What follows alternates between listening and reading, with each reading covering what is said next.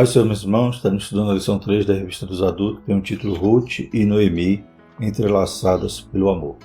O trimestre é o Deus que governa o mundo e cuida da família, os ensinamentos divinos nos livros de Ruth e Esther para a nossa geração, revista comentada pelo pastor Silas Queiroz. Então, continuando a falar sobre essas mulheres, hoje a gente vai, ainda no livro de Ruth, falar sobre esse amor, sobre esse carinho que havia entre nora e sogra, que conduziu Ruth a acompanhar sua sogra, cuidar dela, por causa desse amor que ela sentia pela sogra. Então ela decidiu, de forma altruísta, cuidar da sogra e não retornou como uma outra nora, que foi Orfa, que acabou, depois da insistência de Noemi, acabou retornando para sua família.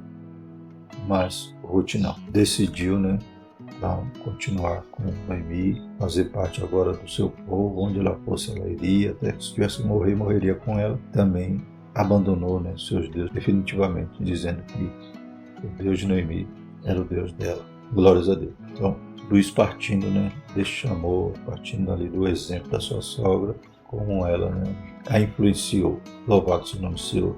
E ela então decide prosseguir com Noemi. Textual de nossa lição.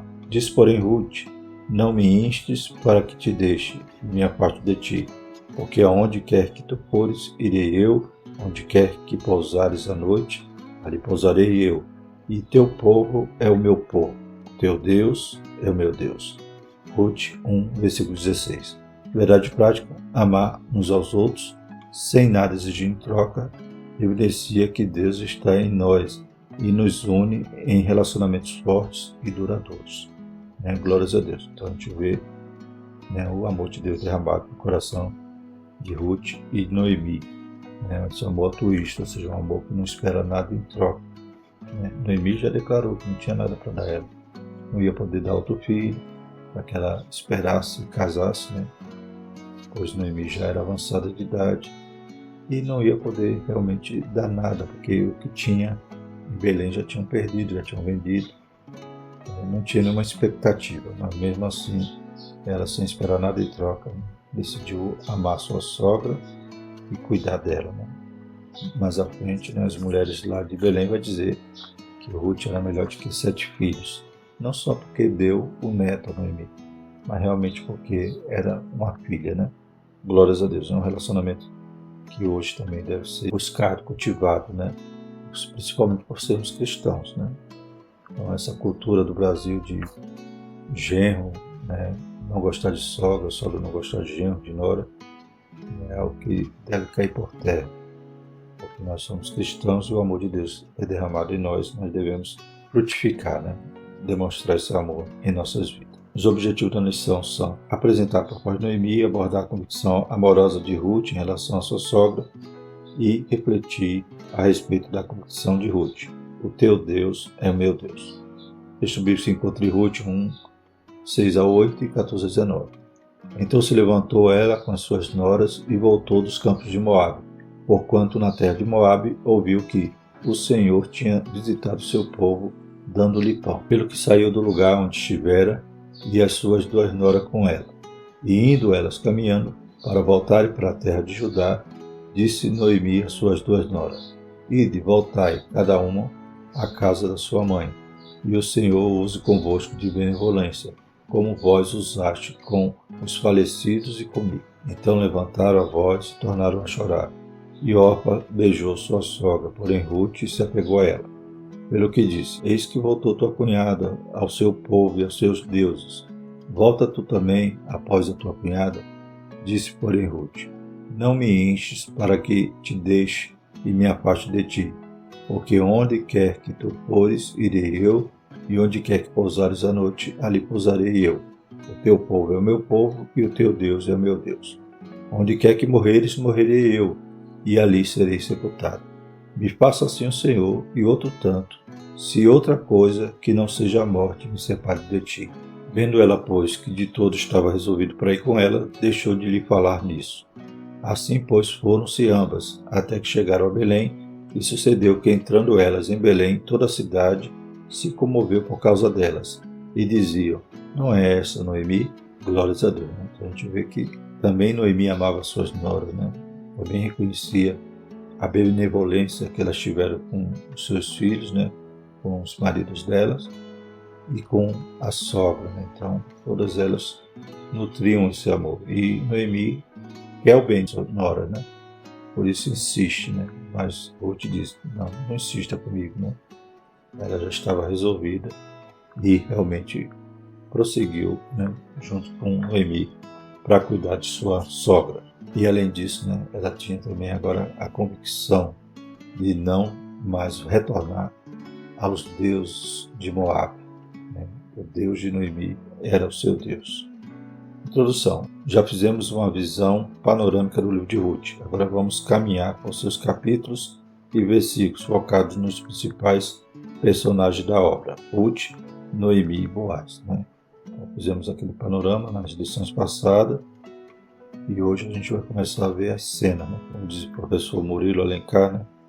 Agora a gente vai, cena por cena, examinar aqui a história de Ruth, né? E como Deus agiu de forma providencial em sua vida. E também recompensou, né, a fé daquela moça e essa abnegação que ela tinha. Nessa lição estudaremos o relacionamento entre Noemi e Ruth, duas mulheres unidas por um amor profundo e uma intensa mutualidade. O caráter voluntário da doação pessoal de sogra e nora é um extraordinário exemplo de abnegação e amizade sincera. Então era um amor mútuo. Noemi, né, queria que suas noras prosseguisse, né, voltasse, continuasse suas vidas, né? Então Noemi amava. A gente vai ver aqui que ela não agiu como vítima, né? Não quis ali fazer chantagem emocional, pelo contrário, né? Ela também amava suas noras e não queria que suas noras sofressem com ela. Mas Ruth, né, perseverou nesse amor. Então era um amor de via dupla, né? Tanto Noemi amava suas noras, como também sua nora a amava. E esse sentimento, né, pôde gerar, né, uma história tão bonita que Ruth vai encontrar então também a remissão mais à frente, né? Remiu a ela e a sua família, Noemi, glórias a Deus, e Deus a honra, né, fazendo com que ela também fizesse parte da linhagem, né, de Davi e de Jesus. Glórias a Deus, então ela faz parte dessa genealogia, graças, né, às suas ações, à sua fé prática, ao seu amor que foi colocado em ação, né? Glórias a Deus. Primeiro tópico, a proposta de Noemi. Primeiro subtópico, uma crise em família. É importante considerar as circunstâncias da vida de Noemi para entender o valor e o significado dos seus atos. O principal provedor da casa, seu marido Elimeleque, no hebraico quer dizer meu Deus é rei, havia morrido. Seus filhos Malom, que tinha significado, né, tão pesado, né, doença, e Quilion, também desfinhamento, casaram e tiveram a morte prematura, deixando viúva as moabitas Ruth, que significa amizade, e Orfa, que tem o significado de pescoço. Considerando a expressão que os nomes tinham na antiguidade, é bastante provável que Malom e Quilion não tivessem boas condições de saúde desde o nascimento, né? Então, baseado nos seus nomes, né, que significavam, né, desfinhando, doença, pode-se conjecturar que desde criança, né, eram frágeis, né, provavelmente não tinham uma boa condição de saúde, né, tanto é que eles vão morrer de forma prematura, né, já ainda jovens. Então tive essa, como diz o subtítulo, né, essa crise nessa família, né, morre o provedor, Elimeleque, depois morre, depois de 10 anos, né, morre os filhos, deixando as 3 viúvas. A vida de Noemi, que significa agradável, né, o seu nome, tornou-se amarga, como ela mesma diria, tempos depois, preferindo ser chamada de Mara, que quer dizer amargosa, né? Ela em Ruth 1:20, né? Ela já não queria mais ser chamada de agradável, mas queria que ser tratada como amarga, né? Porque ela passou por grandes provas ali em Moab. Segundo subtópico, tirando força da fraqueza. Todas as pessoas, inclusive as cristãs, estão sujeitas a dias maus, Eclesiastes 7:14. A diferença é como cada uma se comporta em meio às tempestades da vida.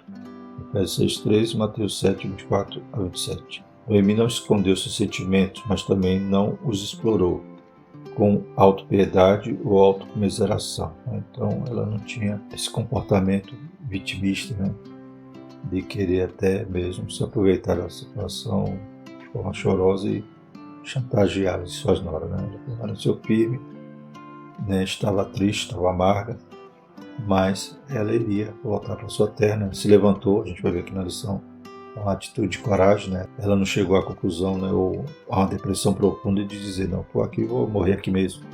Não, quando ela soube que Deus visitou seu povo, ela se levanta, ela e suas noras, para voltar, para ajudar. Então a gente vai ver que a forma como ela agiu no meio da crise, né, também vai gerar um resultado abençoador no futuro, né?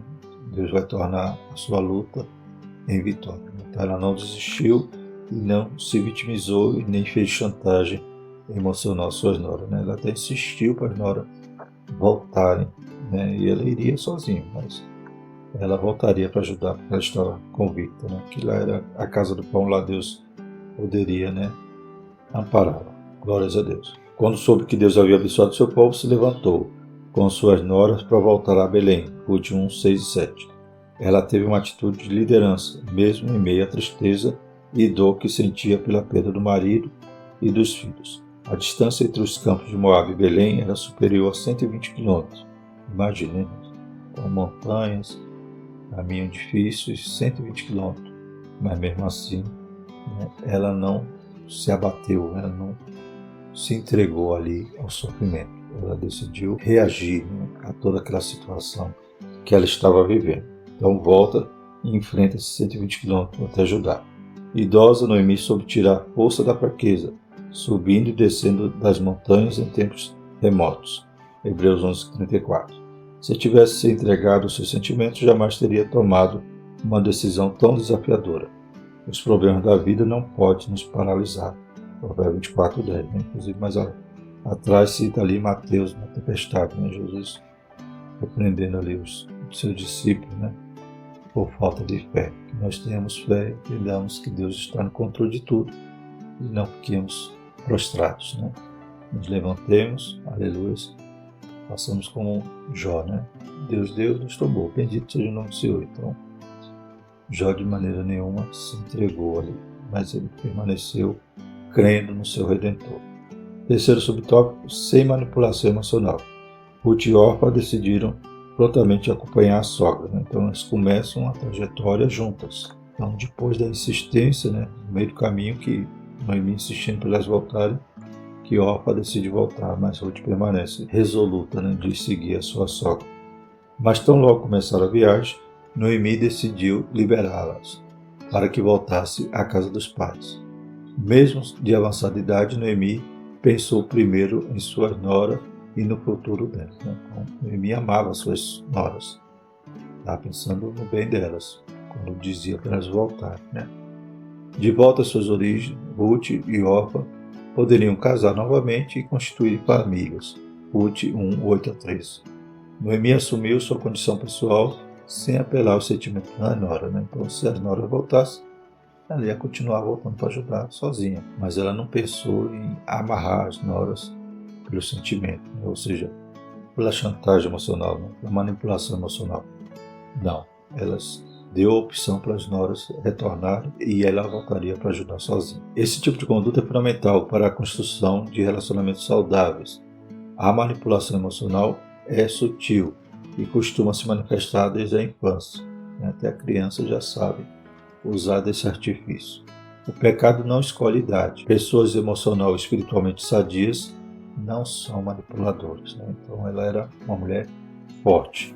Estava amarga, né? Como ela mesmo dizia, né? Me chame agora de Mara. Mas era forte, né? E foi resiliente a toda a luta, né? Começou a luta em Judá com a fome. Tiveram que vender tudo, né? Depois a gente vai ver que é a figura do parente remidor que vai readquirir, né, o que eles tinham perdido ali em Judá.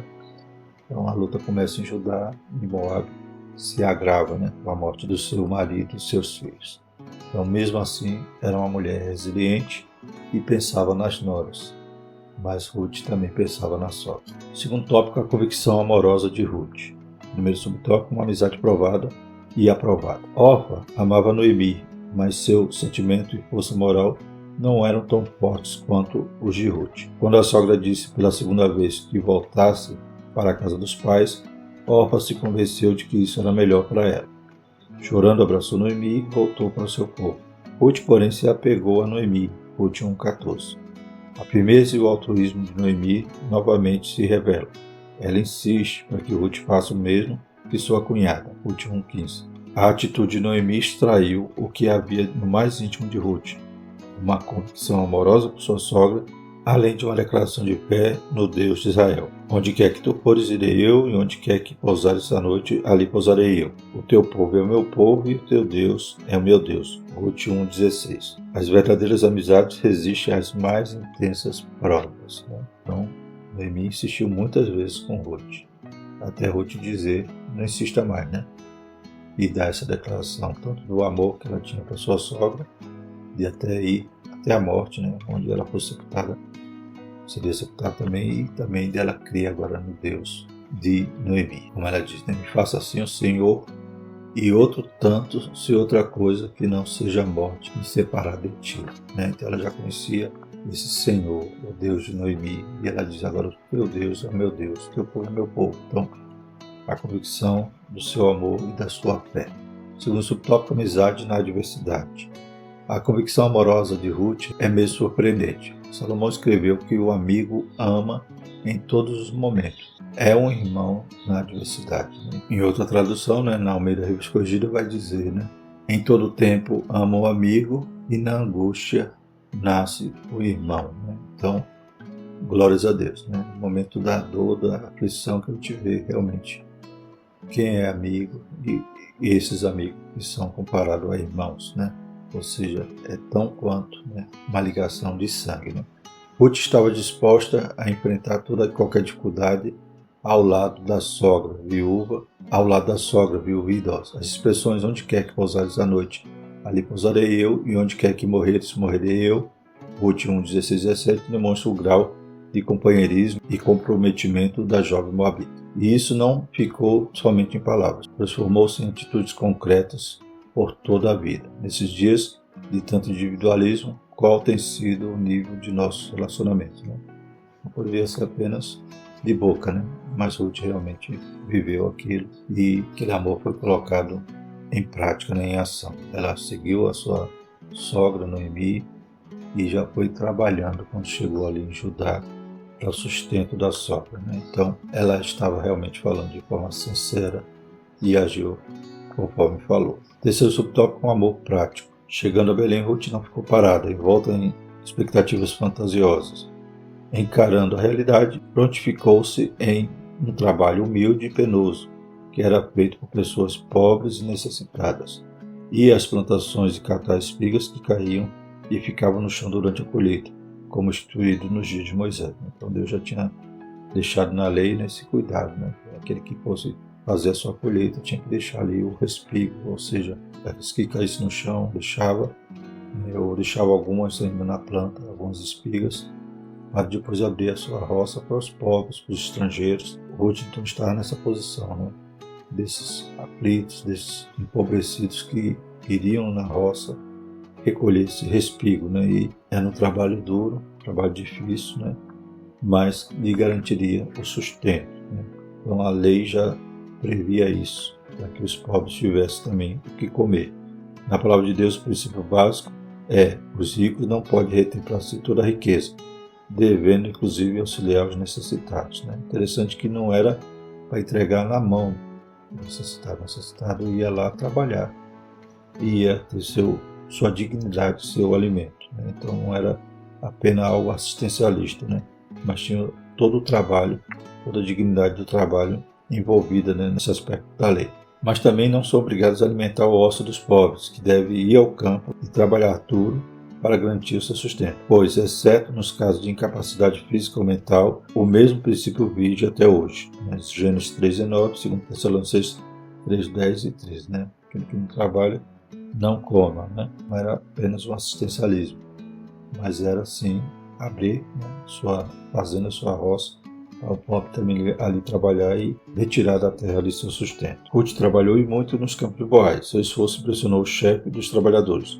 No fim do dia recolhia tudo e levava para a sogra. Ruth 2, 7, 17 e 18.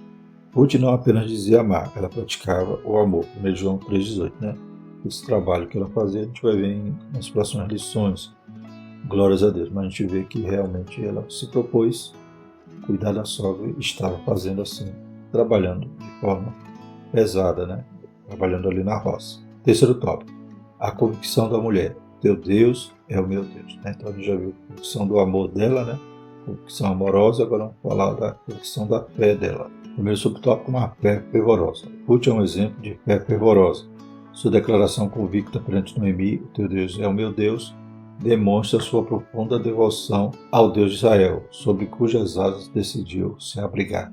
Ruth 2:12. Né? Então a gente vê que quando Noemi fala para as noras retornar, ela diz, retorna aos seus deuses.